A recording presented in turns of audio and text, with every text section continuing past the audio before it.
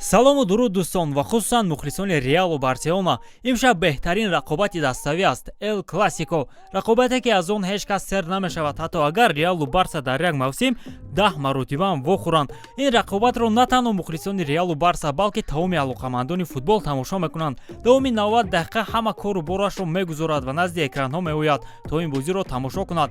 Баъзеҳо бахташон омад мекунад ва ин бозиро дар майдон ба таври зинда тамошо мекунанд. Аз Эл Классикои имшаба интизориҳо хело калонанд, зеро дар 6 рақобати охири худ Реал борем шикаст нахӯрдааст, 5 ғалаба ва 1 мусовӣ. Аммо дар ин рӯзҳо Барселона ҳам дар ҳолати беҳтарини варзишӣ қарор дорад. Аз ин сабаб моро рақобати ҷолиб интизор аст. Ҳамин ҳоло фурсати хуб аст, то беҳтарин голҳоро дар таърихи Эл Классико ба ёд дорем. Барои тамошо омодаед? Ин тавр бошад, оғоз мекунем.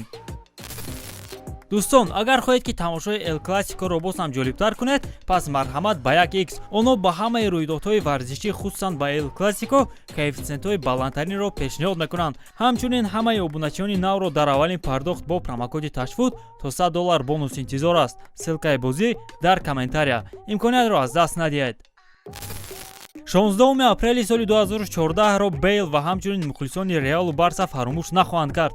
Маҳз ҳамон рӯз яке аз машҳуртарин голҳо дар Эл Классико зада шуд. Бейл бо ин гол ба Реал дар финали ҷоми Испания ғалаба овард.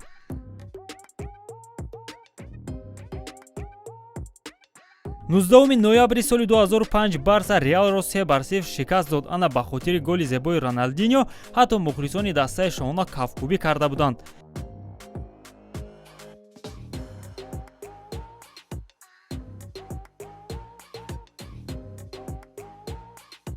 тобистони соли 2012 бо шарофати ғалаба дар бозии ҷавобӣ Реал суперҷоми Испанияро ба даст овард ва ҳамаш бо шарофати ин голи зебои Роналду.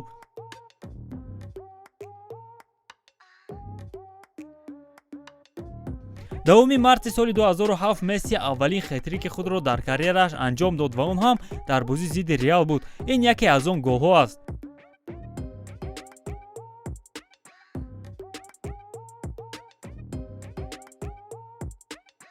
якуми майи соли 2002 дар бозии ҷавобии полуфинали Лигаи Чемпионҳо Раул дар Сантьяго Бернабеуи пур аз мухлис голи зебоиро ба дарвозаи Барса ба ҳадаф расонд. 23 апрели соли 2017 Барса Реалро 3-2 шикаст дод. Месси дар он бозӣ дубл анҷом дод. Ин голи якумаш аст. Голи дуюмашро ба фикрам ҳама дар ёд доранд, хусусан ҷашнгирии онро. рақобати якуми полуфиналии Лигаи Чемпионҳо дар соли 2002 дар Камп Nou. Зидан голи зебоиро бо стили парашют ба ҳадаф расонд. 21 апрели соли 2012 Реал бо шарофати голи Роналду дар Камп Nou 2-1 Барсаро шикаст дод. дар мавсими 1999-2000 Реал Барселонаро 3-0 шикаст дод ва ин голи Роберто Карлос аз зарбаи ҷаримавӣ дар таърих навишта шуд. шумо бовар намекунед, аммо пас аз ин гол Реал 21 сол аз зарбаи ҷаримавӣ ба дарвозаи Барса гол зада наметавонист, то он вақте ки Крос 10 апрели соли 2021 аз зарбаи ҷаримавӣ ба Барса гол назад. имшаб Бензема зидди Барса бозӣ намекунад, ки боз имкони задани чунин голи зебоиро пайдо кунад. ин ҳам голи ӯ аз мавсими 2011-2012. боз як голи зебои Роналдиньои мӯъҷизакор ба дарвозаи Реал, ин бор аз зарбаи ҷаримавӣ.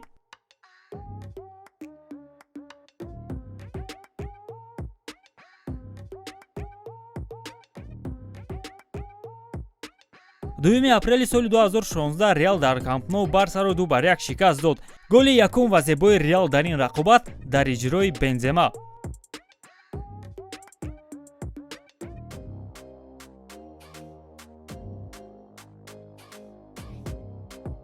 чордоми августи соли 2011 дар бозии суперҷоми Испания ки бо ҳисоби 2-2 анҷом ёфт, Вилла яке аз беҳтарин голҳоро дар таърихи Эл Классико ба ҳадаф расонд.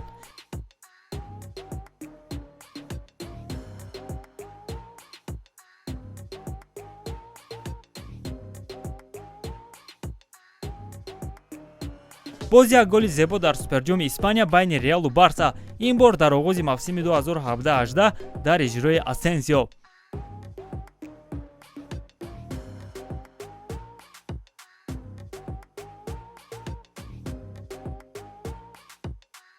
26 октябри соли 2013 Барса дар майдони худ Реалро 2-1 шикаст дод. Голи дуюм ва ғалабаовари Барса дар иҷрои Алексис Санчес хело зебо ва хотирмон буд.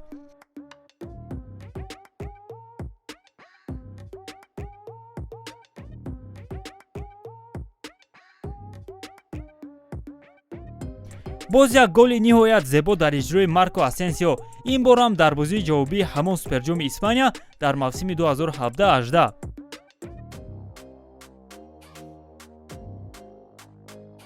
ин Эл Классикоро намедонам кай баргузор шудааст ва голро кӣ задааст, аммо он хело зебо аст.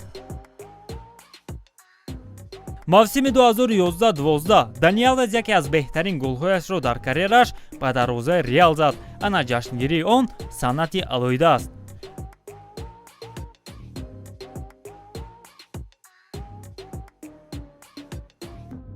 боз ҳам суперҷоми Испания дар мавсими 2017-18 ин бор Роналду голи зебо зад ва ҷашнгирии онро мухлисон аниқ дар ёд доранд. ин ҷавоб ба ҷашнгирии Месси буд.